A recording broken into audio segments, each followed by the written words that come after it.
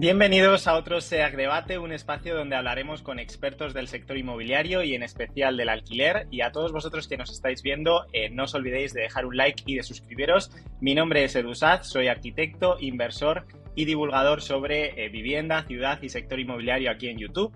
Y para mí es un placer ser el moderador de este SEAC Debate. Hoy me acompañan Pedro Bretón, CEO de SEAC, Sociedad Española de Alquiler Garantizado, y Laura Guzmán, periodista, comunicadora financiera con más de 15 años de experiencia en medios como COPE y Telemadrid, y es creadora y presentadora del podcast Rompiendo el Mercado, donde explica economía y finanzas de forma accesible, enfocándose en la educación financiera, especialmente para mujeres. Bienvenidos Pedro y Laura, ¿qué tal estáis? Hola Edu y Pedro, encantada de estar aquí y hablar mucho de vivienda, de finanzas, de educación financiera, de hacerlo un poco traducible, ¿no? Para que todo el mundo lo pueda ir entendiendo, así que un placer. Genial. Muy buenas, pues nada, encantado de teneros con nosotros también aquí, de compartir este ratito, ¿no? Para que, como ha dicho Laura, poder hablar un poquito del sector inmobiliario, de educación financiera, que creo que es algo muy importante y que hay que ponerle el foco cada día más. Eso es, pues hoy vamos a abordar un tema que yo creo que a muchos les va a interesar, y es que está claro que el sector inmobiliario es uno de los más atractivos para invertir, pero a la hora de hacerlo pues muchas veces nos genera dudas. Por eso me gustaría comenzar preguntando, empezamos por ti Laura, si te parece. ¿Es la compra de vivienda ahora mismo en el mercado, en el contexto actual, una meta alcanzable para la mayoría de los jóvenes, o crees que es más bien una ilusión desfasada que no tiene mucho que ver con nuestro tiempo y que es más de cosa del pasado? Es alcanzable, pero yo creo que cada vez es más difícil y se hace más tarde, porque claro, al final comprar una vivienda para un joven en España es muy complicado, principalmente porque, o casi misión imposible, principalmente porque los sueldos no van acorde a cómo ha subido el precio de la vivienda. Es verdad que llevamos muchos años hablando de ese precio de la vivienda que cada vez sube más, pero también es cierto que muchas veces los jóvenes también quieren dedicar parte de esas ganancias que obtienen a otro tipo de cosas, como puede ser viajar, como puede ser salir, como puede ser ir a un restaurante. O sea, eso es así, pero es que están mezcladas ambas cosas. También es cierto que no es que esté solo disparado el precio de la vivienda, sino que también se ha disparado el precio del alquiler. Al final se encuentra en una situación muy complicada a la hora de querer emanciparse, ¿no? Y es cierto que realmente la tasa de emancipación en España sigue siendo bastante baja, o sea, está en torno al 15%, que si lo comparamos a nuestros padres, abuelos, ¿no? En 2008, justo antes de esa gran crisis financiera, para que nos hagamos una idea, esa tasa de emancipación juvenil se rondaba el 26%, estamos hablando de casi 12 puntos menos que entonces, ¿a qué se debe? No es solo por falta de ganas, que los jóvenes siguen teniendo ganas, pero también es verdad que preferimos destinar parte de ese dinero pues a otras cosas. ¿Cuántas personas conocemos a nuestro alrededor pues que han estado ya en Maldivas, que todos los veranos se van de vacaciones a no sé dónde, a no sé qué? No sé si un poco por las redes sociales, que también sabéis cómo va esto, pero es verdad que ves o quieres coger para ir a un restaurante a cenar, y yo no sé vosotros, pero tienes que hacer una reserva con, no sé, una semana de antelación, por lo menos en Madrid, que es donde yo vivo. Al final es verdad que se disparan ciertos aspectos. Entonces, bueno, pues yo creo que es muy complicado por los salarios, por un mercado laboral precario, con alta temporalidad también, con los sueldos bajos, pero yo también creo que las prioridades de los jóvenes han cambiado. Creo que se han unido ambas cosas para que es alcanzable, pero se tarda más, y luego el precio de la vivienda, que por supuesto está desorbitada y no tenemos las ayudas suficientes para poder dar ese paso. Necesitamos siempre ese apoyo de los padres o de abuelos, los que podamos tenerlo, para poder ir dando esos pasos. Yo creo que son dos factores claves a la hora de que se haya retrasado muchas veces ese momento de emanciparse. Y luego, por otro lado también, que es un problema entre comillas, pero claro, al final todos queremos vivir en ciertos sitios, porque es verdad que vamos a ver las viviendas libres pues fuera de las capitales o fuera de ciertas ciudades, y hay vivienda disponible, no es que no la haya, no es que haya mucha, pero la hay, pero al final pues todos queremos vivir en ciertos sitios. Entonces el encontrar el sitio adecuado para poder establecer esa vida familiar y tal también se complica, y yo creo que todo se está retrasando más de lo que estamos acostumbrados. Pedro, ¿cómo lo ves tú en tu caso? ¿Qué piensas sobre este tema? Bueno, yo creo que es un tema complejo porque al final sí es cierto que vemos como que cada vez se trata de llevar a la gente joven a que se endeude antes para comprar una vivienda, y esto puede ser también un problema, ¿no? Porque ahora estamos viendo cómo se pretende ayudar, entre comillas, a la gente joven a que compre una vivienda financiando incluso el 100% del valor de compraventa. Para mí esto es un error porque al final el 2008 queda ya muy lejos, pero hay que recordarlo y aunque ahora mismo se compra una vivienda con tipos de interés fijo y no estemos en ese riesgo de que se nos vayan a disparar los tipos de interés, tenemos que tener en cuenta que una hipoteca sobre un valor de vivienda muy alto, al final los responsables vamos a ser nosotros y si luego no se puede pagar esta vivienda, vamos a tener una vivienda devaluada porque habrá bajado el tipo, si llegamos a ese momento es porque habrá sucedido algún tipo de crisis y la vivienda seguramente no valdrá tanto como valdrá en el momento de la compra y tendremos ahí una diferencia, ¿no? Que tendremos que asumirla nosotros. Y luego vemos siempre esto de comprar frente a alquilar, equiparando los precios. Tenemos que entender que cuando alquilamos, pagamos el alquiler y ya está. Y en el momento en que nos suceda algo, siempre podemos cambiar de alquiler. Cuando compramos la vivienda, hay una serie de gastos, los impuestos, los impuestos, el IBI, la comunidad. Tenemos una serie de gastos, el mantenimiento de la vivienda, que también hay que sumarlo a esa cuota, ¿no? Y además de sumarlo a esa cuota, si lo hacemos inteligentemente, tenemos que contar también con el dinero que hemos puesto nosotros de nuestro bolsillo, ¿no? De entrada, para también saber que ese dinero de alguna manera, si lo hubiéramos movido inteligentemente, nos estaría obteniendo algún tipo de retribución. Y luego otra cosa, yo a la gente joven que conoce a alguien y que enseguida se quieren ir juntos y quieren comprar una vivienda, lo que les diría es que si no tienes un futuro todavía establecido, comprar una vivienda te puede acarrear luego una serie de problemas, porque a lo mejor es que todavía no sabes si tu trabajo es tu trabajo definitivo, si vas a ir toda la vida. Yo soy de Zaragoza y vivo desde hace 21 años en Barcelona.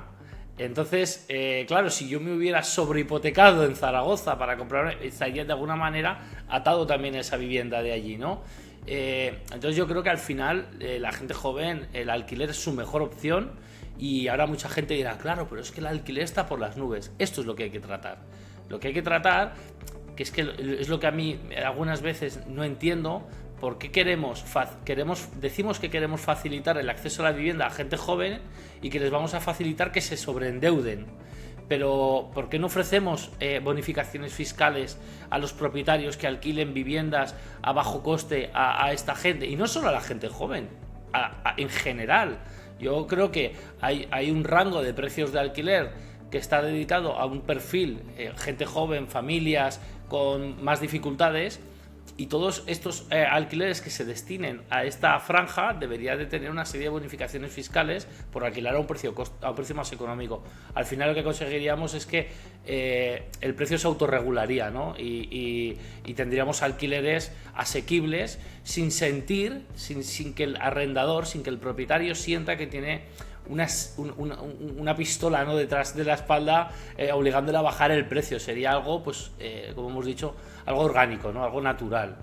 Y yo creo que al final el camino es este, porque al final todo este ataque que ha existido sobre los arrendadores, que ha ido bajando el volumen de alquiler, ha ido generando subidas de precios, y al final lo que conseguimos es que la vivienda de compra también siga subiendo, porque al final hay mucha gente que ahora no está comprando porque quiera comprar, está comprando por obligación. Si me permites, Edu, antes de pasar a otro tema sobre los puntos que ha comentado Pedro, el alquiler es verdad que está por las nubes. De hecho, un poco en relación a lo que estás diciendo, Pedro, hay muchísimos inversores, es decir, inversores inmobiliarios que al final tienen 5 o 10 pisos, pero ellos viven de alquiler.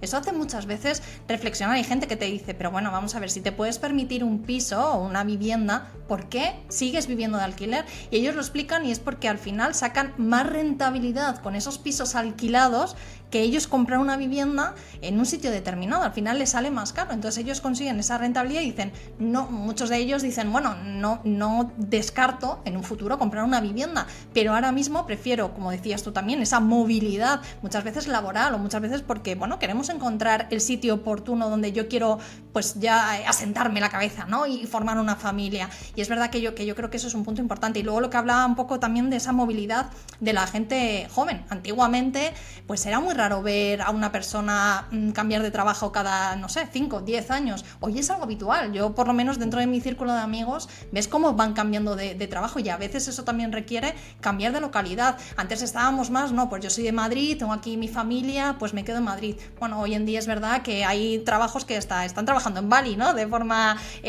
pues eso, no tiene por qué ser presencial con las nuevas tecnologías y ayuda también a decir, bueno, pues de momento quiero vivir así, pero puede que mientras, eso sí, como también destacaba Pedro, saques esa rentabilidad un poco de ese ahorro que vas teniendo, pero puedo vivir en cualquier otro lado y prefiero vivir de alquiler, pues también es una opción, o sea, no es todo comprar casa hoy en día. Estoy totalmente de acuerdo. Yo creo que habéis sacado dos grandes temas que yo creo que inciden mucho en la vivienda, que son la economía, por supuesto, pero también la cultura. Porque si nos comparamos pues, con hace 20, 30 años, creo que culturalmente la sociedad ha cambiado mucho. Ahora, todas las relaciones, como decías Laura, son mucho más líquidas, las relaciones personales, las relaciones laborales. Yo que soy arquitecto, conozco a muchísima gente que estudió conmigo que pues ha acabado en otros trabajos que no tienen nada que ver a priori, como puede ser, pues, yo que sé, la moda, la comunicación. Y luego, por otra parte, está el tema de la educación, porque yo creo que la cultura, y más relacionando estos dos conceptos, la cultura y la economía, la cultura financiera creo que es súper importante a la hora de ir tomando decisiones en tu vida a medida que empiezas a ser pues un adulto pero joven todavía y empiezas a tomar decisiones financieras, ¿no? Quería ahora trasladaros la siguiente pregunta. ¿Qué papel creéis que juega la educación financiera en la dificultad que enfrentan los jóvenes actualmente para acceder a una vivienda en propiedad? Si quieres, Pedro, empezamos contigo en este caso. Sí, mira, ¿qué papel juega la educación? Hay una pregunta que o sea, respecto a esto que me hablas de la educación, te voy a responder con, creo que lo que más tiene que ver al final es la programación, ¿no? Yo me acuerdo desde el 2001 que empecé en el sector inmobiliario, siempre le preguntaba a la gente, ¿y usted por qué quiere comprar una vivienda? Y la gente siempre me hacía la misma respuesta, siempre me daba la misma respuesta, lo preguntara donde lo preguntara y a quien lo preguntara, y era porque vivir de alquiler es tirar el dinero. Nos han inculcado esto desde pequeñitos y de ahí no salimos. Y yo algunas veces decía, pero ¿usted cree que vivir de alquiler es tirar el dinero, pero comprar un coche no? O sea, tenemos, ¿no? A mí me hace gracia porque al final nos compramos un coche, pagamos 30, 40 mil euros por algo que automáticamente vale un 10, un 15% menos en cuanto nos dan las llaves, pero vivir de alquiler es tirar el dinero y es que realmente hay una falta de educación financiera muy importante, pero en las escuelas, yo creo que aquí los niños cuando ya están en primaria, yo creo que a partir de sexto deberían de empezar a ya saber un poco qué es el dinero. Yo me acuerdo, yo con mis hijas hago este juego algunas veces, ¿no? Yo les doy una paga para que ellas compren lo que ellas quieran comprar, que no está dentro de los planes normales, y cuando ellas quieren comprar algo y ya se han gastado la paga, yo les hablo de los préstamos y les digo, ok, tú necesitas 10 euros, yo te los voy a dar. Sé que esto va a sonar un poco usurero, pero es que tengo que hacerles los números rápidos. Digo, yo te voy a dejar 10 euros, pero me vas a tener que devolver 11, ¿vale? Un 10%, tengo que hacer los números redondos. Entonces, para mí es importante que ellas entiendan que a lo mejor ahora no es el momento de comprar, no es el momento de hacer esto, porque si lo hago dentro de 2-3 semanas, me voy a ahorrar este dinero, ¿no? Entonces, hemos vivido muy acostumbrados al dinero fácil a cambio de intereses, y no somos conscientes realmente de esto, ¿no? Y bueno, yo creo que hay un libro que deberían de enseñar en cualquier colegio, que es el de Padre Rico, Padre Pobre, que esto lo explica prácticamente todo, y realmente también creo que realmente es porque no interesa, ¿no? Porque si interesara, esto yo creo que no estamos descubriendo realmente aquí nada mágico, ¿no? Esto es algo que yo creo que cualquier persona que está un poco en este sector lo tiene clarísimo. Sí, creo que la educación financiera es importante, pero tampoco creo que hay que caer en el error de culpar a las víctimas, o sea, de culpar a los jóvenes, porque creo que esa educación financiera es que no ha habido nunca, y es verdad que los cambios sociales han estado ahí. Yo creo que también implica mucho que vivimos en un entorno estructuralmente tóxico, y al final lo que la gente hace es, cuando muchas veces se da de bruces con ellos, cuando dice, ahí va, ¿por qué no soy capaz de ahorrar? Ahí va, pero que quiero comprarme un piso y pensaba que era más fácil, me meto a mirar hipotecas, por ejemplo, o quiero alquilar y me piden una serie de requisitos que no entiendo. Entonces, claro, el problema es que tenemos que empezar, como decía Pedro, tenemos que empezar antes con esa educación financiera, y muchas veces también apoyo a Pedro porque muchas veces somos los propios padres los que deberíamos impulsar, que yo también lo hago con mis hijas, impulsar poco a poco a hablar de dinero. Si es que hoy en día te juntas con amigos y hoy en día todavía decir lo que ganas al mes parece un tabú, no puedes decir lo que ganas al mes. O no sé, Edu, tú que también te mueves en el mundo inmobiliario, inversores inmobiliarios, no puedes decir que tienes 10 pisos o 5 pisos que has comprado para alquilar porque eres el malo de la película. Eso es así, o sea, hoy vivimos en esa sociedad. Aún así, la educación financiera ayuda mucho, muchísimo. O sea, es una herramienta que yo creo que defensiva, esencial en este entorno que tenemos totalmente tóxico. Al final, no van a bajar los precios de la vivienda, porque eso es así, tiene que venir una catástrofe para que eso ocurra. Llevamos hablando del boom de la vivienda y de los precios, no sé la cantidad de años, Pedro, tú sabrás mejor que yo y Edu, pero llevamos muchísimos años, no este año ya. Esto es insostenible, a mí me recuerda como la deuda de los gobiernos, que también vemos en las noticias, ¿no? Esto es insostenible, pero ¿cuántos años lleva esto siendo insostenible? No, esto es el fin, pero ¿cuánto tiempo lleva siendo el fin? Entonces, creo que la educación financiera es fundamental. Hay conceptos, pues no sé, el TIN y el TAE, que es algo que tenemos que saber todos, pero no porque te vayas a comprar una hipoteca, sino por los créditos, ¿no? Lo que está hablando de Pedro precisamente, que habrá gente que diga, bueno, pues si le estás dando 10 euros y le cobras 1 euro, tampoco está mal. Oye, míratelo bien, porque lo mismo no estás entendiendo bien todo. Entonces, creo que es algo fundamental, creo que ayuda, y a la vez creo que también los usuarios o la gente joven huye de la economía. Por desgracia es así, y al final también porque muchas veces utilizamos tecnicismos, los que entendemos un poco, no lo hacemos accesible. No es lo mismo hablar de esta camiseta que me acabo de comprar en no sé qué tienda y mira qué perfil más guay que llevo, y te ponen los enlaces de Zara de tal, o maquillaje para el mundo de las mujeres, que sin embargo el mundo de las finanzas. Pero sin embargo, sí, yo, por lo menos desde que llevo un poco dedicada a esto de la divulgación financiera, me di cuenta que cada vez hay más personas interesadas, y más personas que a la vez muchas veces se preguntan, o se hacen preguntas que no se atreven a preguntar. Entonces, tenemos que ser un poco accesibles, los divulgadores financieros, para intentar que esas personas sean capaces de hacer esas preguntas y de poder ayudarles, siempre a través de profesionales, que yo siempre lo digo. En mi caso, yo soy periodista, y lo que hago, por ejemplo, en Rompiendo el Mercado, es entrevistar a los expertos y luego la gente que vaya decidiendo a base de esas experiencias y lo que nos van contando. Pero, por ejemplo, en el caso de la hipoteca, si sabes un poco de educación financiera, que es lo que hablaba un poco Pedro, no es lo mismo ser joven y decir, bueno, yo me voy a querer comprar una casa, porque siempre a los ahorros hay que ponerles nombre. Es decir, si yo no le pongo nombre a ese ahorro, me lo voy a gastar. O sea, eso es así. Pero el ahorro puede ser para un viaje, puede ser para mi jubilación, o puede ser porque me quiero comprar, pues no sé, un móvil, el iPhone, no sé cuánto que acaba de salir. O sea, es ponerle nombre, luego depende de cada uno. Entonces es importante ponerle nombre a ese ahorro. Y en el caso, por ejemplo, de las hipotecas, no es lo mismo decir, me quiero comprar una casa, voy a empezar a mirar, a me quiero comprar una casa de cara a 10-15 años. ¿Por qué? Porque lo importante es que ese ahorro que vas a destinar para tu hipoteca, por ejemplo, o para alquiler, cuando te quieras marchar también de alquiler, que también es una opción, cuando estás en casa y te quieres pensar en comprar vivienda o irte de alquiler, si es una inversión más a largo plazo, es decir, todavía no voy a empezar a mirar, puedes asumir mayor riesgo, porque es así, la inversión, cuanto más riesgo, más rentabilidad. Ojo, que también lo puedes perder todo. aunque hay siempre algunos instrumentos, no lo sé, porque es verdad que muchas veces cuando hablamos de ello, muchos pensamos en depósitos, por ejemplo, se me están ocurriendo, y sin embargo en depósitos, que al final es un dinero que tienes ilíquido, o sea, es decir, que si el día de mañana tú estás mirando una vivienda o te quieres ir de alquiler y necesitas ese dinero en un depósito, aunque te suene maravilloso porque no tiene muy poco riesgo y tal, no lo vas a poder coger, o sea, vas a tener, te van a penalizar por adquirir ese dinero. Entonces es verdad que hay algunos instrumentos como pueden ser esos fondos de inversión para esas personas que están empezando a, oye, pues venga, que me quieren emancipar, ¿no?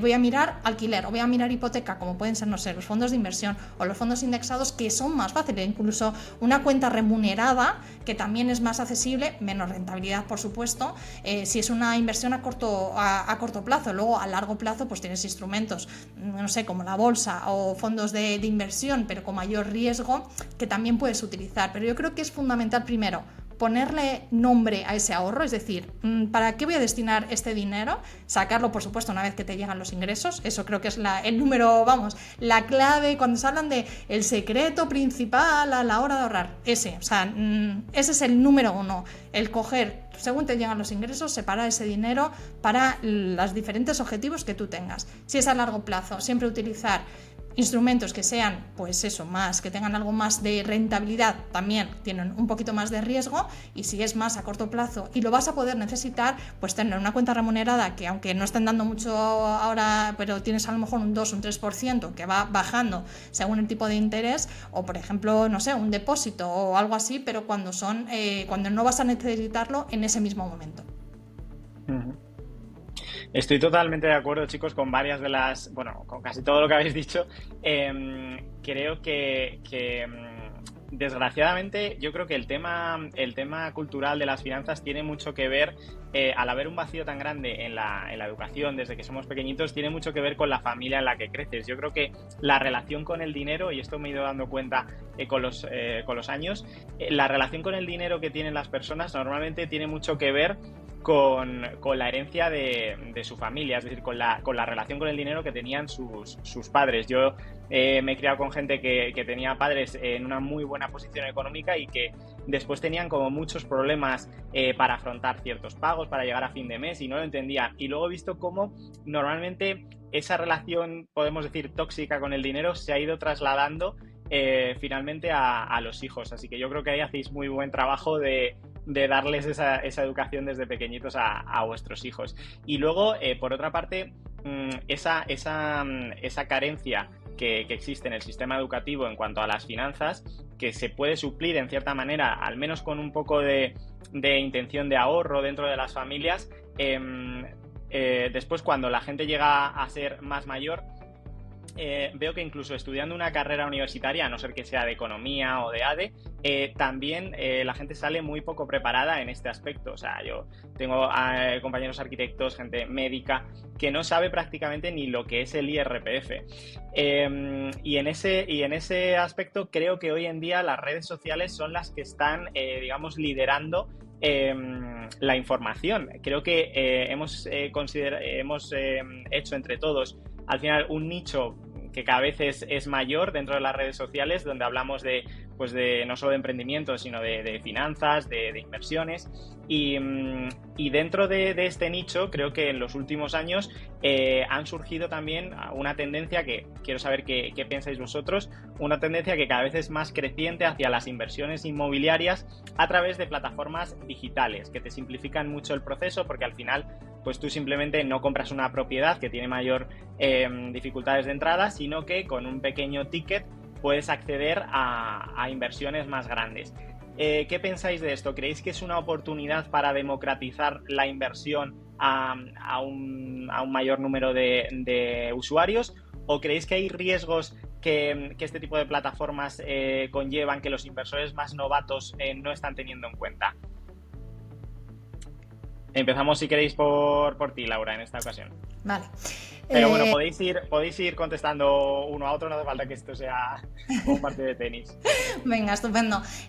Bueno, a ver, yo creo que están ayudando, pero a la vez generan cierto respeto, porque yo creo que cada vez somos más conscientes de lo que implican este tipo de plataformas. Yo creo que no se pueden comparar con la inversión inmobiliaria. O sea, estás invirtiendo en un inmueble, pero al final cuando alguien invierte, por lo menos aquí en España, esa visión de invertir en un inmueble o de comprar una vivienda, al final es algo como de hacer crecer mi patrimonio. Y aquí no, aquí es más una inversión donde, bueno, yo invierto un dinero, eso lo dejas ahí móvil, es verdad que pues puedes invertir a partir de 100, 200 euros. Ojo que soy la primera que utiliza dentro de mi círculo de inversiones, utilizo el crowdlending y el crowdfunding para invertir, pero es verdad que tiene cierto riesgo, que inviertes en un inmueble pero que no llega a ser tuyo, porque al final tú lo que estás invirtiendo es en un préstamo, o sea, tú estás dejando dinero. Entonces, se compara porque yo creo que también es lo fácil, ¿no? Porque es lo que entendemos en España, lo hablábamos al principio, esa inversión inmobiliaria, el comprar un inmueble es algo que aquí está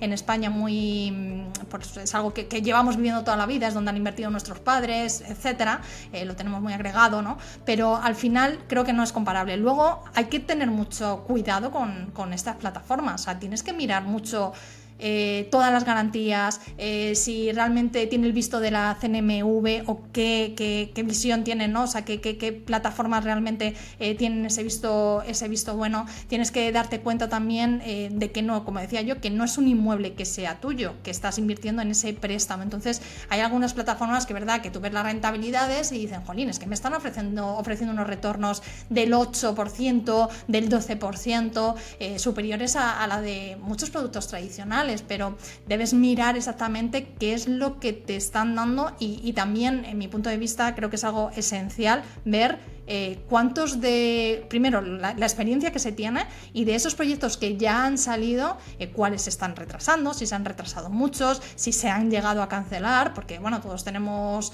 presente lo que pasó no hace mucho con una plataforma de este tipo y al final a todos nos recuerda a ello, ¿no? Todos los que nos movemos en el mundo de la inversión. Entonces, creo, como resumen, creo que sí están haciendo un papel importante, creo que no se puede comparar con la inversión inmobiliaria o con comprar un inmueble tal y como lo entendemos aquí en España, pero bueno, creo que es un producto de inversión que, entendiendo los pros y los contra, invirtiendo poco dinero, porque al final es verdad que puedes hacer esa primera prueba por 100, 200 euros, pues bueno, es un producto más al cual bueno, pues tienes que vigilar y puede ser rentable, pero también recuerda que si no lo entiendes bien, como yo siempre digo, o te prometen que es todo maravilloso, pues muchas veces no estás invirtiendo, lo que estás es apostando y no es lo mismo. Entonces hay que tener en cuenta, yo creo que por lo menos esos 3 factores que son imprescindibles. Pedro. Pues, a ver, yo prácticamente el discurso me lo ha quitado Laura. Porque... es que nos hemos puesto de acuerdo antes de entrar y... es que básicamente eso, yo también he utilizado alguna... No he utilizado ninguna plataforma, lo he hecho a través de alguna persona, una persona que conozco y que tiene un club de inversores, ¿no? Mediante estos préstamos participativos, ¿no? Pero es cierto que, claro, cuando accedes a sobre todo plataformas y plataformas online, ¿no? Pues tienes que tener mucho cuidado y sobre todo tienes que entender lo que estás haciendo. Es cierto que es el modo más real del inversor, donde tú al final pones el dinero, otros hacen el trabajo y tú cobras te retornan tu dinero más esa rentabilidad, pero tienes que tener en cuenta que al final, claro, si no quieres hacer un trabajo de investigación de la empresa donde le estás depositando el dinero, pues bueno, yo creo que al final tienes que tener confianza, ¿no? O alguien que ha trabajado con estas plataformas o haber trabajado ya con ellos, tener una cierta experiencia. Al final, como hemos dicho antes, Laura lo ha dicho muy bien, hay mayor rentabilidad, mayor riesgo. Es cierto que estas plataformas, cuando hablamos de un 8, un 10, un 12%, nos asustamos porque estamos acostumbrados a tipos de interés del 2, del 3, del 2,5 y tampoco es real. O sea, realmente comprar una vivienda, comprarla, reformarla y venderla, puedes obtener un 30% de rentabilidad en un año si lo haces bien. Los fondos en 2008 se adjudicaron viviendas por 10, 15.000 euros y ahora valen 150.000 euros porque compraron mucho volumen, ¿no? No es lo mismo. Yo me acuerdo que hablabas con el banco y te decían, no, es que tengo un fondo que me ha comprado 1.000 viviendas.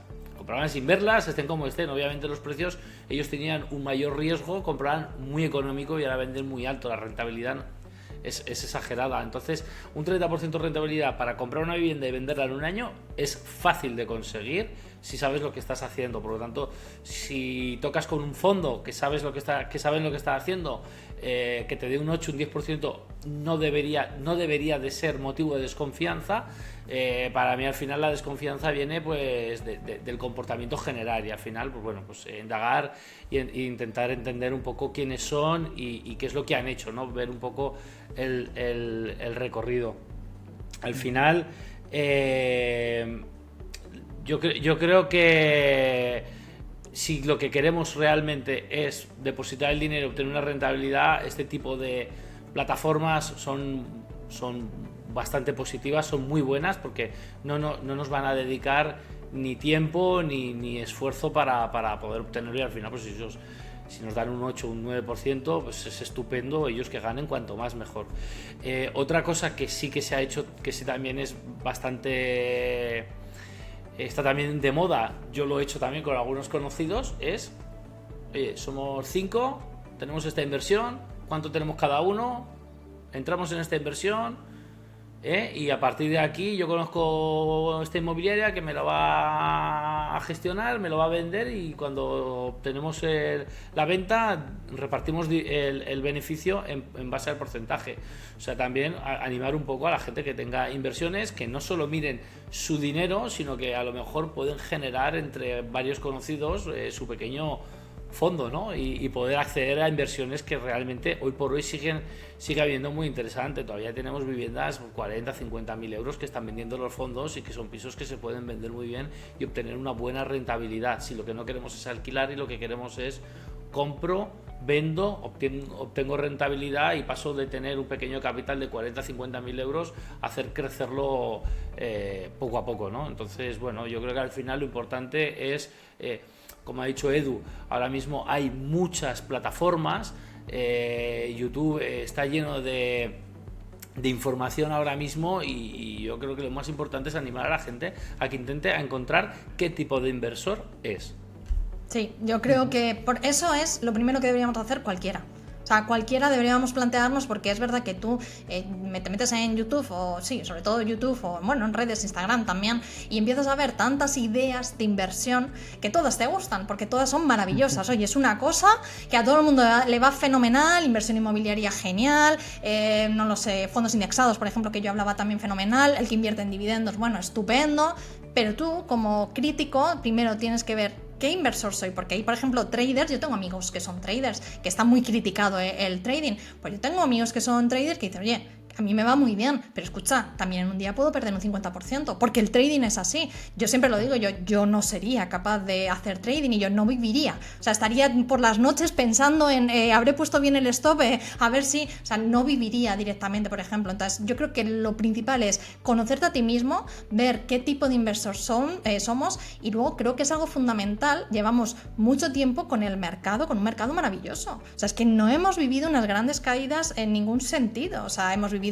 pequeños bajones, pero no hemos vivido una caída importante en el mercado desde hace mucho tiempo. Tienes que vivirlo para ver qué tipo de inversor eres, porque es muy fácil hablar de no, yo invierto aquí que sé que tiene cierto riesgo, pero me da más rentabilidad, y ostras, cuando luego tenemos una caída importante, lo mismo estás aquí que aprietas así como diciendo, a ver qué es lo que pasa, ¿sabes? No pensaba yo, tienes que tener estómago para ello. Entonces yo creo un poco lo que dice Pedro, que te tienes que conocer como inversor, ver las opciones que hay y luego ser muy crítico, porque es verdad que las redes, como decías Edu, nos ayudan mucho en la educación financiera, pero a la vez nos dañan mucho, porque también, bueno, todos lo sabemos, y hay gente pues que intenta sacarle partido a esto todo lo que pueda, prometiendo maravillas pues que muchas veces no lo son.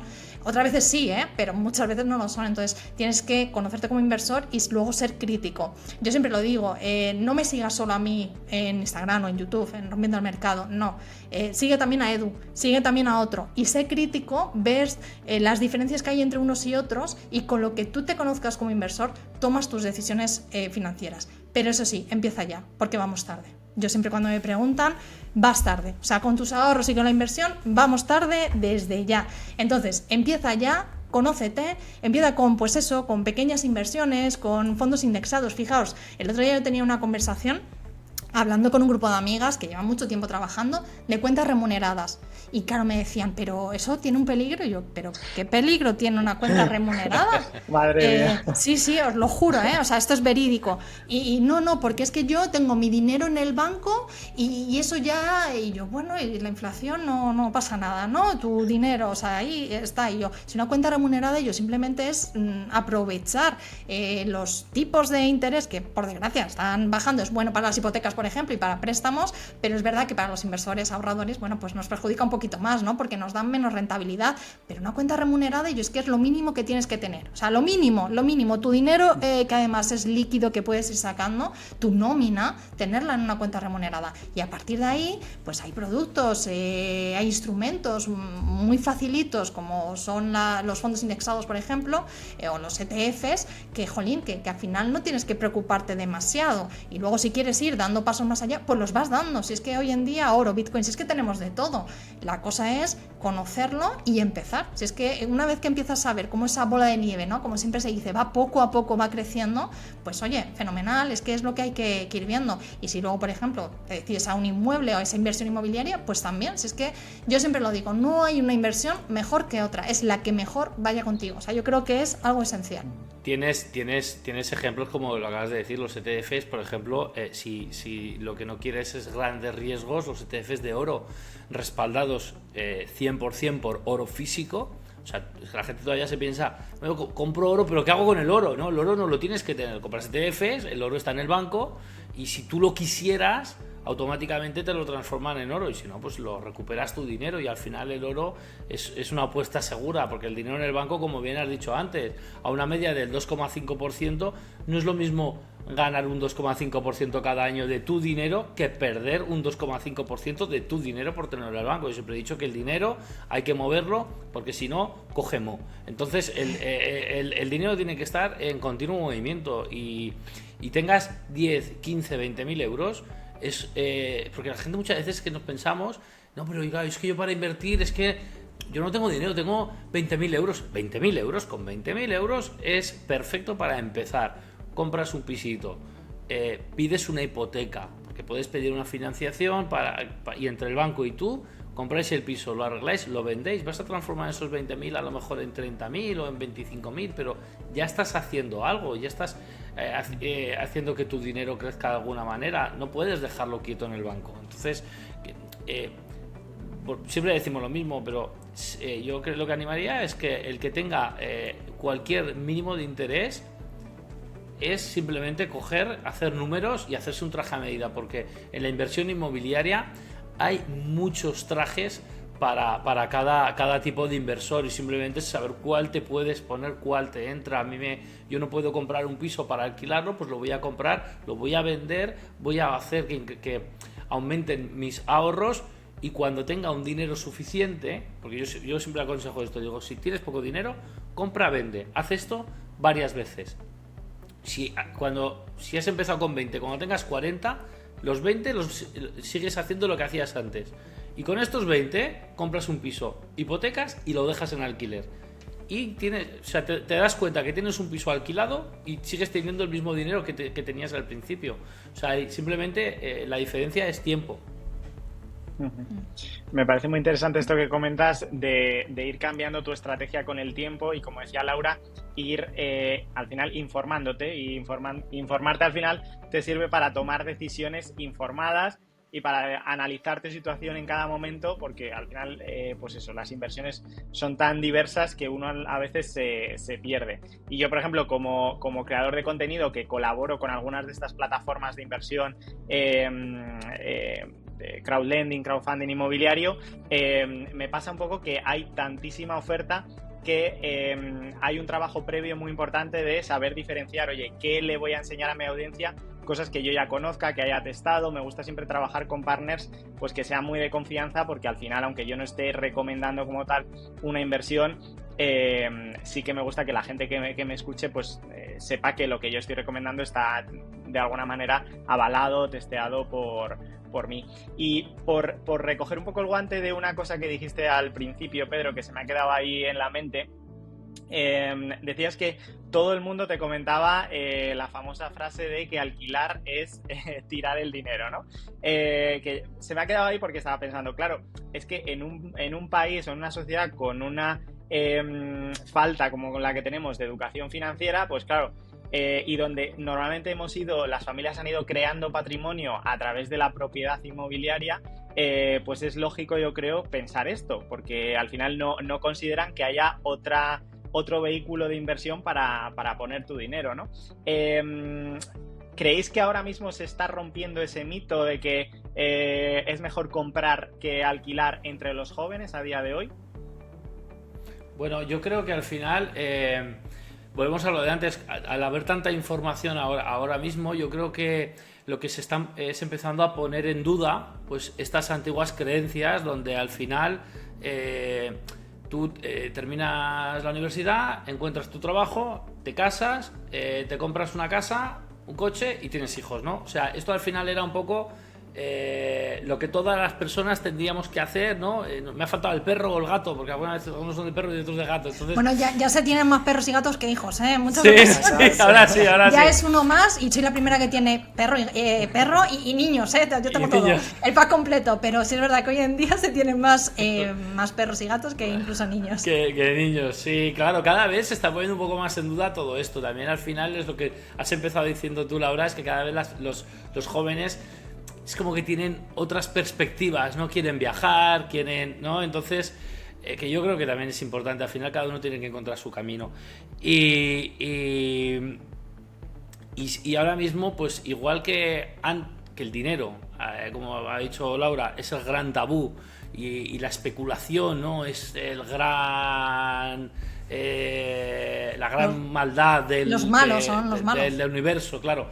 Entonces yo creo que cada vez se va rompiendo un poco todo esto y la gente cada vez está empezando a hacer números, ven en el alquiler esa libertad de poder actuar, de qué pasa si yo tengo que cambiarme de domicilio de trabajo, no estar atado a un sitio en concreto. Ahora, pues como he dicho antes, nos movemos mucho más, trabajamos más desde otras zonas.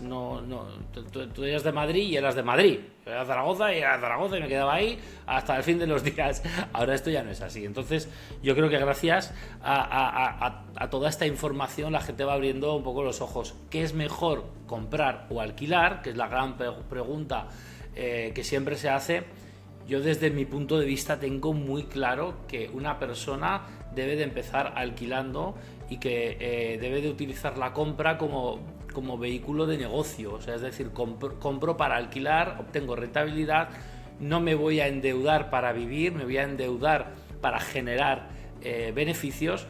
Y todo esto, que cuando lo empiezas a escuchar dices que eres un especulador, lo que yo respondería a estas personas es que no se trata de especular. Se trata de que tenemos una bolsa de las pensiones que tiene 138.000 millones de deuda. Que me gustaría que estas personas que ven la especulación como algo negativo se piensen que si hay una cajita que tiene 138.000 millones de deuda y ellos tienen que cobrar las pensiones de ahí de aquí a 30 años, me gustaría que piensen de dónde va a salir el dinero. Porque la gran mentira de las pensiones es que lo que yo trabajo sirve para pagarme la pensión. Y lo que yo trabajo y lo que nosotros estamos cotizando sirve para pagar una parte. Porque la otra parte es deuda de las pensiones que se pagan hoy. Entonces, dependeremos de nuestras pensiones, de las personas que trabajen dentro de 20-30 años. Entonces, yo creo que hoy por hoy lo más inteligente que hay que hacer es empezar a crear nuestro colchón financiero, porque dentro de 15-20 años, y a lo mejor ya no se trata solo de esto, se trata de que por causas, por circunstancias de la vida, podemos quedarnos sin poder trabajar. Y es importante no depender de por dónde va a salir el sol hoy, por aquí o por aquí, ¿no? Tener un pequeño colchón, pues si, no es lo mismo encontrarte a tus 50, 55, 60 años sin poder trabajar y sin confianza en cobrar unas pensiones, sin tener nada, a tener un par de pisos alquilados que de alguna manera te van a estar aportando unos ingresos. Entonces esto no se trata de especular para conseguir bañarnos en dinero, no se trata de esto, se trata de conseguir seguridad para el día de mañana poder tener una vida digna. Entonces, porque ya sabemos, todos los que estamos aquí sabemos lo que va a pasar de aquí a unos cuantos años. Cada vez la edad de jubilación se va ampliando y llegará, nosotros seguramente, no sé, a los 80 nos jubilaremos. No lo tengo claro. Si nos dejan. Entonces, yo creo que al final, comprar o alquilar, yo siempre creo que para vivir debes de vivir de alquiler, debes de comprar para alquilar y generar rendimiento, y si te vas a hipotecar, hipotecate para comprar una vivienda para alquilarla. Y una vez que tú ya tengas tú dices, entonces que nadie nunca compra. Sí, puedes comprarte una vivienda, la que a ti te guste, porque entendemos que hay veces que nos gusta tener una vivienda de diferentes características, ¿no? Pero esto hazlo cuando ya tengas de alguna manera tu plan establecido ya en orden, ¿no? Porque, claro, la planificación es esencial, y si no tenemos planificación llegará un momento que nos llevaremos a algún susto, ¿no? Entonces, cada persona es diferente, pero yo creo que 100% optaría por la opción del alquiler.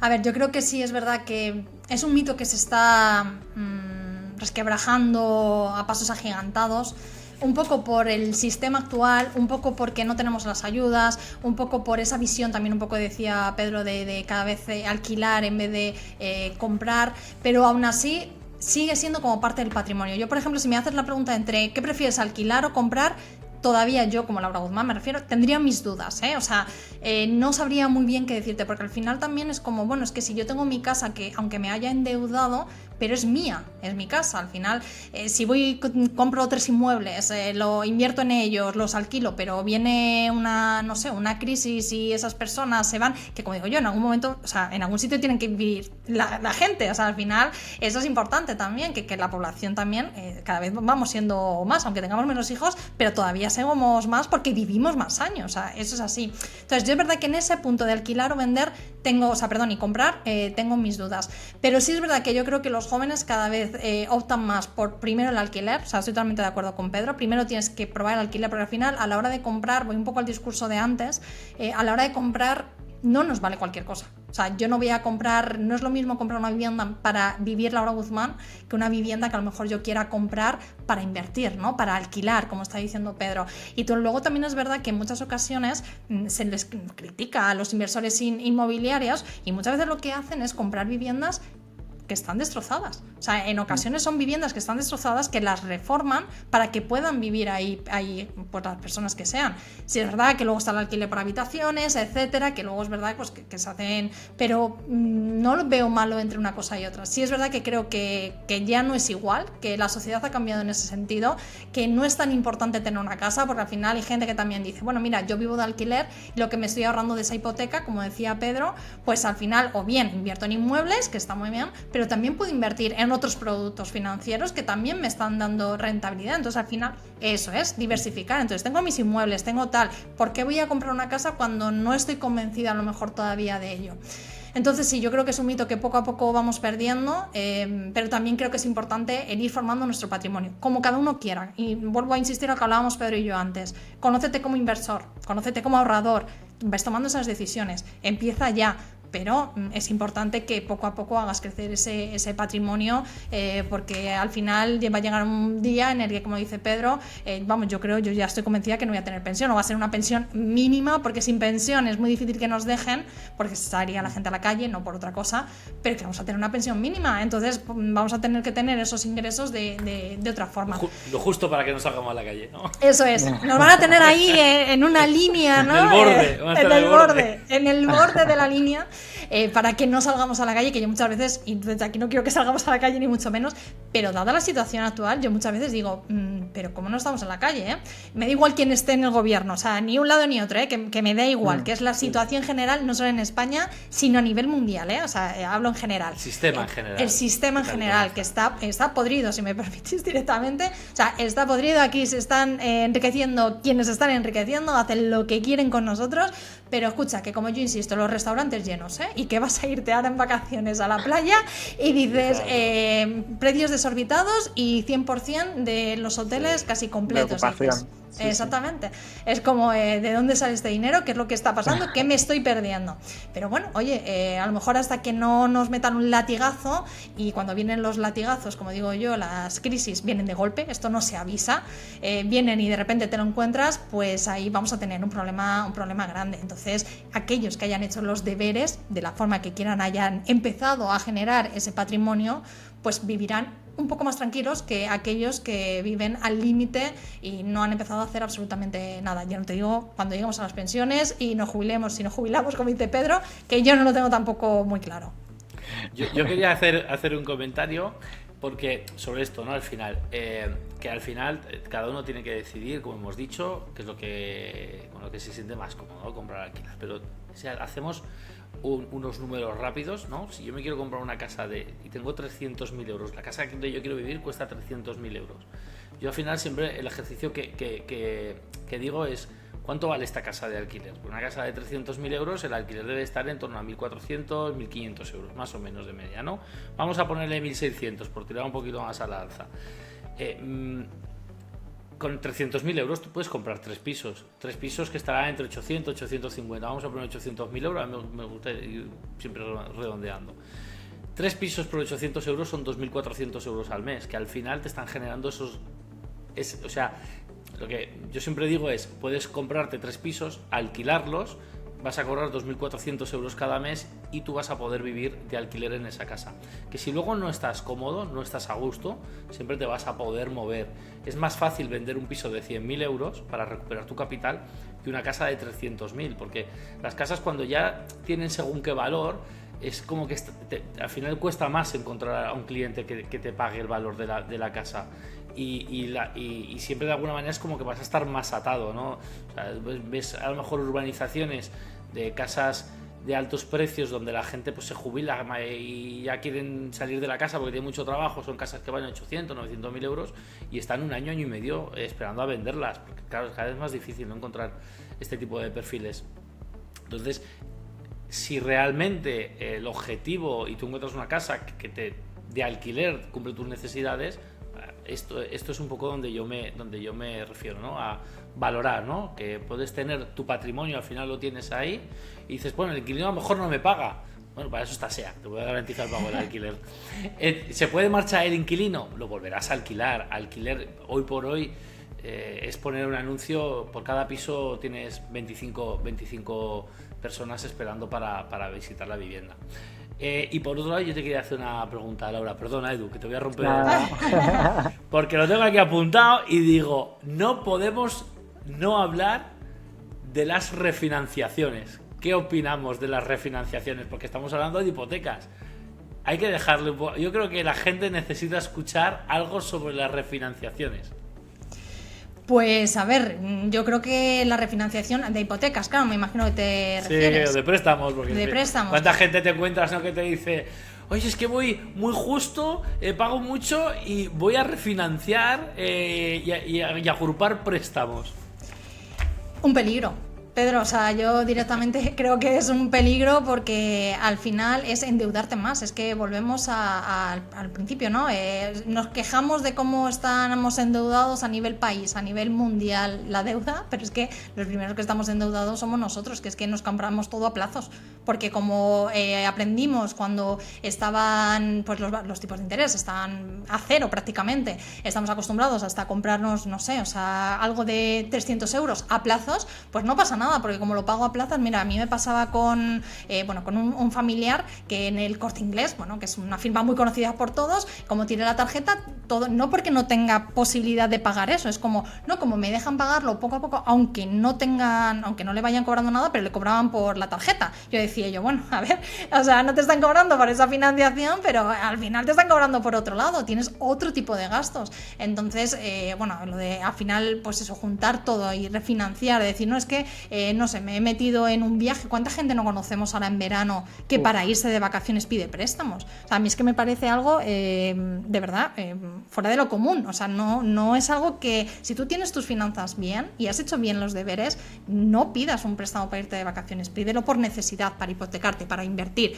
para algo así. Bueno, invertir, por ejemplo, en una hipoteca, en un inmueble, me refiero, para hacer otro tipo de inversiones. Yo no sé hasta qué punto, sobre todo con los productos que tenemos hoy en día, que puedes invertir con poco dinero, tendrías que hacer eso, pero por lo menos haz los deberes, ten en cuenta bien todo exactamente de tus finanzas, y luego puedes endeudarte, esa deuda buena que muchas veces se habla, pero para eso, para invertir en inmuebles, para invertir, hacer un gasto grande en ese sentido, para reformar ese inmueble, para algo así, pero poco más. Pero es que hoy en día vivimos en el mundo del préstamo y no pasa nada porque no lo tenemos en cuenta. Entonces yo creo que es algo nefasto, Pedro, o sea, directamente es algo habitual, pero algo que como sociedad hace mucho daño. Sí, tirar balones más adelante, ¿no? Porque al final la trampa de la refinanciación es esta, es que tú al final dices que me baja la cuota, ¿no? Es que te baja la cuota, pero porque te están estirando los años. O sea, al final algo que habrías pagado en 15 años ahora lo vas a volver a pagar a 20, 25 años, y al final es la deuda perpetua, ¿no? O sea, siempre con... Bueno, ya se está empezando incluso a hablar otra vez de algo que desde el 2008 ya no se hablaba, que era de las hipotecas heredables. Sí. Ya vamos a empezar a sacar hipotecas a 70 años, cuando al final lo que habría que hacer es tratar de generar que los precios bajaran de una manera orgánica, en lugar de generar que la gente se endeude más. Pero al final tampoco me sorprende que las políticas vayan así, porque el endeudamiento de un país va en base a refinanciación. Sí. O sea, los países están comprando deuda, o sea, están pidiendo préstamos para pagar la deuda, o sea, están en continua refinanciación, ¿no? O sea, realmente los países están colapsados de deuda y no colapsan del todo, ¿pero por qué? Porque siguen cogiendo dinero y pasándolo de un lado a otro. Y porque nos van subiendo los impuestos. Claro, o sea, sí, claro, o sea, al claro. final Y porque se imprime dinero también. Y porque se imprime dinero, o sea, al final, quien va a pagar todo esto somos nosotros. Hay algo muy sorprendente, y es que siempre cuando le dices a alguien, oye, ¿por qué no pides una hipoteca para comprarte un pisito y alquilarlo? Es algo como que, oh no, pero esto es mucho riesgo, pero ¿cómo voy a hacer esto? Pero en cambio es lo que tú has dicho, me voy al banco, le pido 15.000 euros, me voy de vacaciones, termino de hacer 4 cositas en casa, y esto no lo veo en riesgo, ¿no? Entonces, bueno, yo creo que sí, que hay que hacerse mirar un poquito esto, porque es importante que empecemos a trabajar, que al final es nuestro futuro, que realmente nosotros esto lo decimos y aquí nadie está poniendo... pon el código para... No. Aquí lo que queremos es hablar de algo que nos gusta y de que las personas cada vez intenten, pues como ha dicho Laura, tener sus finanzas más saneadas, porque realmente es algo necesario, que es que de aquí a unos años lo vamos a sufrir. Fíjate, tener tranquilidad financiera, que yo creo que es un término, no libertad financiera, que oye también, pero tener, por lo menos vivir con cierta tranquilidad financiera. Y eso es tan fácil como hacer un Excel, ver tus ingresos, ver tus gastos, ver de dónde puedes quitar, como, no lo sé, o sea, hay gente que vive al límite y dices que no me da. Escucha, todo el mundo, si haces bien los números, a todo el mundo le da para ahorrar, aunque sean 50 euros, y no te digo más. 50 euros. Esos 50 euros, en vez de irte a tomar un café todos los días en el trabajo, te lo llevas de casa en un termo, que yo soy la primera, por ejemplo, que lo hace, te lo llevas en un termo, escucha, ese dinero lo metes en un fondo indexado, en tu cuenta remunerada, aunque sea poquito, y sigues ahí estando el dinero, lo tienes líquido para utilizarlo, pero te va dando algo. Al final tienes un montón de opciones para poder sacar rédito o rentabilidad a ese dinero sin tener, pues eso, grandes 50 gastos. euros al mes. 50 euros al mes, 20 años, es un capital importante si lo haces trabajar. Claro. Si lo tienes en una caja debajo de la cama, no, pero si lo haces trabajar, 50 euros al mes... Es mucho. Yo creo que es algo que realmente nos lo podemos quitar cualquier persona de cualquier otra cosa. Y oye, si por salir a comer una vez menos al mes... voy a tener una tranquilidad financiera, como tú dices, el día de mañana, yo creo que es algo que es muy importante y que hay que tenerlo muy en cuenta. Que escucha, que yo no hablo del frugalismo, de estar tampoco en casa metidos como ermitaños sin poder... Que no, o sea, no es eso, es que parece, pero ¿sabes lo que pasa? Yo cuando muchas veces utilizo este discurso de 50 euros al mes, hay gente que me dice, buah, para 50 euros al mes me voy a cenar con 3 amigos y ¿para qué voy a ahorrar? 50 euros al mes no me da nada. Claro, porque lo ves mes a mes, aquí tienes que tener una visión a largo plazo. Si tú tienes una visión a largo plazo, exactamente, al final va creciendo, 600 al año. ¿Y el tipo de interés? Eso es, te va creciendo, o sea, por eso digo que empezar 20, 10, con lo que sea, pero empezar, si es que es fundamental. Ese Excel de 50 euros al mes al año y incrementarle el tipo de interés que te pueda generar cada año y hacerte un poco una tabla de dónde vas a estar en 20 años o en 25 años, si la gente lo hiciera realmente se sorprendería lo importante que son 50 euros al mes. Y 50 euros al mes, yo no sé, en Madrid o en Barcelona tú te vas a comer y 50 euros por persona, vamos, yo creo que cuando pisas el restaurante te han cobrado 20. Pero o sea, incluso en restaurantes de comida rápida, o sea, restaurantes, no estamos hablando de lujo, o sea, vamos, restaurantes de comida rápida. Entonces yo creo que eso es muy importante.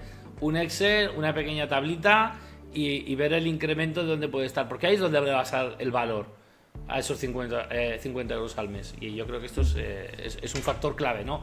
Porque nos cuesta verlo. Esto, hay personas que a lo mejor os pasa, ¿no? Que entran a una vivienda, la ven para que hay que reformarla y dicen, pero con esto no se puede hacer nada. Y hay otras que entran y empiezan a ver las posibilidades, ¿no? Entonces hay que empezar a ver las posibilidades de estos 50 euros al mes. Eso es lo que es importante para realmente darles el valor que realmente tienen. Qué importante eso que decíais de la tranquilidad financiera, de buscar esa tranquilidad financiera, no tanto la libertad, que suena muy bonito en redes, que está genial, pero ese primer paso de la tranquilidad financiera yo creo que es el que más te cambia la vida. Sí, que fíjate que yo, Edu, por un poco por a lo que me dedico, conozco a muchas personas que son libres financieramente, que eso no quiere decir que estén en la playa tirados así sin hacer nada, que son los primeros que muchas veces siguen trabajando. Y yo siempre lo digo, estamos más rodeados de personas que son libres financieramente de lo que pensamos, porque como no hablamos de dinero no lo sabemos, pero dentro de nuestro círculo de amigos seguramente que hay personas que si se ponen a echar números podrían ser, y han hecho los deberes, como siempre insisto, podrían ser ya libres financieramente. Lo que pasa es que hay gente, soy la primera por ejemplo, que me gusta mi trabajo y no sé si me jubilaré algún día, pero me gustaría seguir con ello porque me encanta comunicar y transmitir sobre educación financiera y poder llegar a cuanta más gente mejor para que lo haga. Entonces está muy bien la libertad financiera, es real que hay gente que lo consigue y que puede estar incluso en nuestro círculo de amigos, pero para mí el paso fundamental es esa tranquilidad financiera, que se me rompe la lavadora y que no voy a estar así mirando la cuenta diciendo tengo que pedir un préstamo, como decía Pedro, ¿no? Para poder pagar esa lavadora nueva, pues que es esencial para poder vivir. Y para conseguir esa tranquilidad financiera e idealmente esa libertad financiera, yo creo que es súper importante lo que decíamos desde el principio, que es la educación en casa. Y me viene súper bien lo que estabais diciendo de los 50 euros en una cuenta remunerada, invertidos mes a mes, porque yo, por ejemplo, no tengo hijos, pero a las personas que tengo en mi entorno que tienen hijos, les digo, cuando nace, hazle una cuenta en algún sitio que le podamos ir metiendo, que sí, que le das un regalito al niño cuando es su cumpleaños, en Navidades, pero oye, si le podemos ir metiendo ese dinero y los padres también pueden ir haciendo ese colchón, pues el día de mañana esa cuenta el niño pues va a ver que no empieza de cero, ¿no? Y si idealmente también le has podido ir dando esa educación financiera, que como mejor se da es con los hechos y no con las palabras, pues mejor que mejor.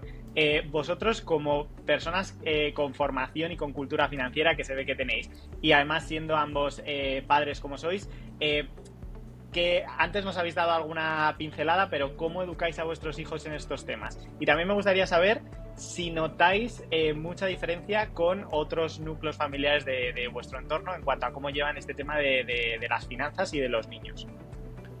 Yo sobre esto que acabas de decir, por ejemplo, los 50 euros, hay productos muy interesantes como pueden ser los Unilink, ¿no? Tú al final son productos financieros donde las personas que a lo mejor no tengan esa confianza o en la bolsa o en el banco, son productos, de alguna manera son productos que van de la mano de compañías de seguros, ¿no? Que al final de alguna manera están más garantizados, ¿no? Que lo que puede estar cualquier otra. Sabemos que realmente tú en tu cuenta de bancaria puedes tener 200, 300.000 euros, pero si el banco quiebra, la garantía es hasta 100.000 euros cuenta, ¿no? Entonces, por lo tanto, siempre puedes tener un poco más de inseguridad y hay gente que se siente más seguro, a la redundancia nuevo, pues con compañías de seguro. Producto como un Unilink es un producto muy interesante para poder hacer aportaciones mensuales pequeñas de estos 50 euros para tus hijos para el día de mañana, que van a estar a tu nombre, pero ellos son los beneficiarios el día de mañana. Es como si fuera un híbrido entre un seguro de vida y un plan de inversiones, ¿no? Y un fondo de ahorro, cualquier producto de inversión normal. Y luego, pues, como ya os he dicho antes, mis hijas tienen una paga de 5 euritos y con esa paga la tienen que gestionando cuando quieren cosas extraordinarias y que salen fuera de lo normal, porque tienen que entender que no todo es ahora mismo, porque funcionamos todos por impulso, vemos algo que lo queremos comprar, pues tienen que entender que al final tienen que aprender a maniobrar, ¿no? con su dinero en base a lo que... yo creo que para mí lo más importante de todo esto ya no es el hecho de que pues, a lo mejor llegará algo que les haga mucha gracia, que lo querrán y pues al final eso terminas comprando tú, ¿no? Al final somos padres y yo qué sé, tampoco somos de hielo, pero para mí lo más importante de esto es que aprendan a analizar si realmente lo que quieres lo quieres porque te apetece y lo has visto y ya está, o realmente es porque lo necesitas, ¿no? Y entonces realmente que aprendan a valorar que cuando haces un gasto tienes que valorar si realmente lo estás haciendo porque lo necesitas o si realmente es un mero capricho que luego lo vas a dejar ahí parado, porque esto a los niños les pasa mucho, compran algo y luego a los 2 meses lo tienen ahí. ¿Qué pasa con...? No, es que ya ahora estoy jugando con otra cosa.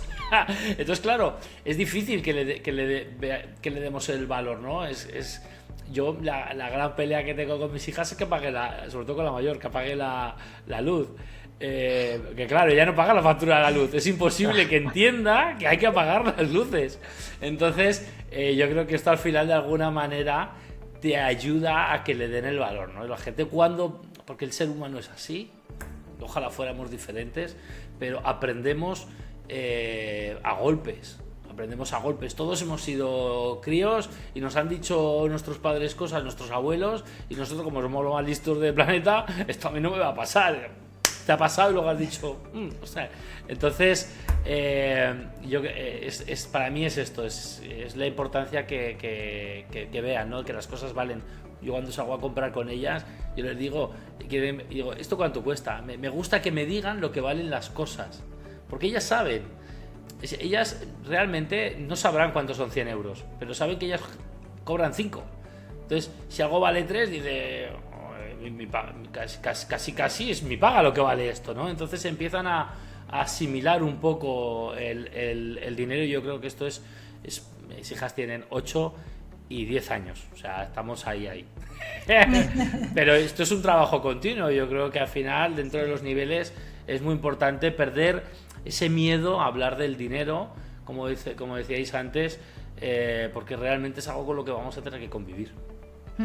Bueno, yo para mí, de hecho voy a coger el ejemplo que me ha dicho Pedro, voy a tomar nota porque mira, lo voy a hacer también, porque las mías tienen 10 y 12, o sea que son edades más o menos también parecidas, y me ha gustado eso de ir imponiendo, pues eso, que tú quieres más dinero, pues escucha, vas a tener unos intereses que me vas a tener que pagar. ¿Por qué? Porque es verdad que yo, por ejemplo, la mía mayor es todo lo contrario, es en plan, está muy concienciada, le cuesta mucho incluso gastar y tal, la paga, y la pequeña es, ¿cuánto? 5, venga, quiero un Labubu, ahora se pone de no sé qué de moda y es una cosa increíble. Entonces yo tengo las dos vertientes en casa, y la educación financiera ha sido igual para las dos. Al final yo creo que es fundamental hablar con normalidad del dinero. Yo en casa hablamos con normalidad. De hecho, bueno, yo tengo varios trabajos, mi marido también tiene varios trabajos. A ellas nos ven que nos esforzamos mucho, que el dinero no nos lo regalan, vamos a comprar con ellas, y ven exactamente los precios, que muchas veces que vas a hacer la compra de, no sé, para un par de días, es que no mucho más, y vamos al supermercado y van a pagar, incluso a veces hacemos que paguen ellas en efectivo, porque es verdad que parece que con la tarjeta, ¿no? Como es una cosa de plástico, pues oye, venga, esto es infinito. De hecho, yo una vez con mi hija pequeña, creo que era más pequeña, no sé, tendría 2 o 3 años, no, 4 o 5, un poquito más mayor, y no sé qué pasó con la tarjeta, que no llevaba yo dinero en efectivo, Y me dijo, bueno, mamá, pues tira de la tarjeta, no ves al banco y allí sacas todo lo que quieras. Y yo, claro, yo lo meto aquí en la tarjeta y me dan todo lo que quiere. Y yo, cariño, sí, esto es infinito, ¿sabes? Directamente. Y yo, esto no funciona así, no funciona así. El banco es como los padres, infinito. Como el truco de los Sims para sacar más dinero. Eso es. Entonces, bueno, yo creo que también muchos padres cometemos el error, ¿no? De educar desde la parte de la negación, un poco de no hay dinero, es caro, en vez de explicar. O sea, al final yo creo que no hay que lanzar ese mensaje de miedo, sino más bien un mensaje de explicar, ¿no? Oye, mira, no es el momento porque tal. Oye, escucha, es que esto vale mucho dinero, fíjate, si nos vamos a hacer la compra lo que vale, lo que sea, y esto que tú quieres, pues es que casi vale la mitad, es que es muy caro, no podemos ahora, o no sé, poner objetivos. Y yo a ellas también les pongo objetivos, cuando empiezan a ahorrar, por ejemplo, la mayor, porque es muy de ahorrar, como os digo, o sea, la pequeña es quiero todo y la mayor es todo lo contrario. Entonces es verdad que, por ejemplo, con la mayor trabajo mucho en, vale, ahorra, pero ahorra poniéndote objetivos. ¿Qué quieres este dinero? ¿Qué objetivo quieres con este dinero? ¿Qué quieres conseguir? Pues mira, ahora va a empezar el instituto. Pues mira, me quiero comprar una cartera mejor a la que a lo mejor pues nosotros le vamos a comprar, que es una cartera normal. Pero yo quiero una cartera de marca. Vale, la cartera de marca, de la marca que sea, te cuesta no sé cuánto más. Pues entonces tienes que ir ahorrando esto y si vas ahorrando esto, pues poco a poco lo vas consiguiendo. Entonces sí es verdad que yo hablo mucho con ellas con dinero, con normalidad, de lo que cuesta, de lo que ganamos, de lo que dejamos de ganar, de lo que nos hemos ido de vacaciones y lo que ha costado. O sea, hablamos con total normalidad y nunca metiendo ese miedo. Y tampoco premiamos con dinero, que es algo que muchas veces se hace. Venga, si hoy... Depende el qué, porque por ejemplo, si arreglan su habitación y tal, pues es una forma también de decir, oye, estás trabajando, y también hay mucha gente que lo hace, ¿eh? Estás trabajando porque dejar tu habitación bien, limpia, tal no sé qué, pues venga, pues te doy algo. Al final es como darle un dinero por un trabajo realizado. Pero premiar porque sí, como muchas veces, por ejemplo, hay mucha gente que, bueno, es que ha sacado todos sobresalientes y le premio con dinero. Bueno, depende para qué vayas a utilizar ese dinero, pero yo creo que es mucho mejor eso, hablar con ellos con naturalidad y que sean conscientes de lo que cuesta el día a día, que los que estamos aquí los tres lo sabemos y es imprescindible eso con ellos, con los más pequeños. Ya que en el colegio no se lo dan, que se lo hagamos nosotros, ¿no, Pedro? Sí, es importante, porque el día de mañana... Yo siempre al final, ¿no? Ahí siempre está esa frase, ¿no? De que no es más feliz el que más tiene, sino el que menos necesita. Y realmente una persona, por más que gane lo que gane, si es un derrochador, va a tener problemas. Entonces yo creo que valorar el dinero es muy importante. Yo a la mía, por ejemplo, este fin de semana le dije a la mayor, cada día que te diga que te deja los 12 días, te voy a descontar €1 de la paga. Pues hoy es martes. Ya lleva 2 menos, o sea, el domingo le tocarán 3 en lugar de 5.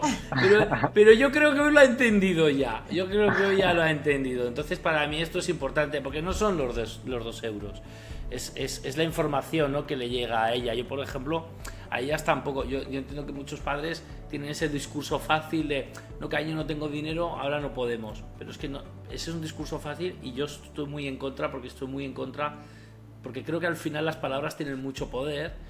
Y realmente decir no tienes dinero, decir no puedo, no te aporta nada positivo y yo creo que hay que tener el valor de decirle a tu hijo, mira, no es que no se pueda, es que no quiero o no se debe, porque es lo que porque si no, al final el mensaje es, es que no podemos. No, sí que puedes, simplemente no es el momento. Ahora mismo esto no tocará más adelante.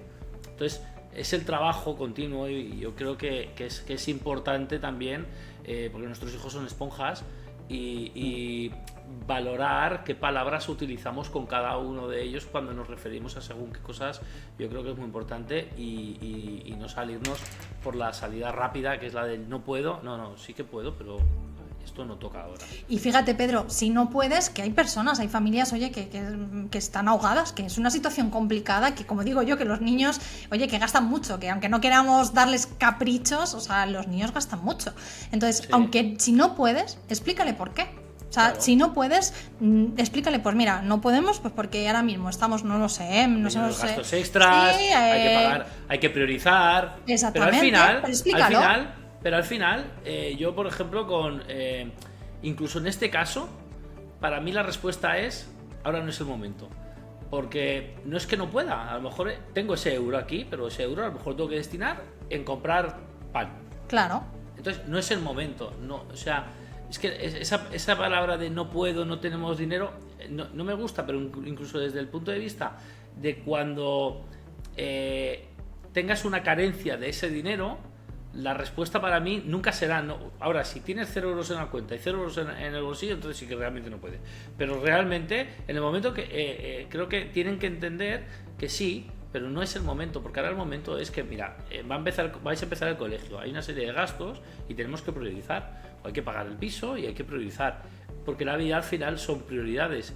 Y yo creo que es una herramienta muy potente el que nuestros hijos, con esta edad que tienen, aprendan a lo que es el dinero y a priorizar, porque al final el dinero es esto, es la economía es priorizar gastos. O sea, tú puedes comprarte un piso, puedo comprarme un piso, ¿lo quiero comprar? ¿Es el momento? No, es el momento de que voy a vivir de alquiler para empezar a ahorrar y este dinero voy a empezar a que trabaje por aquí.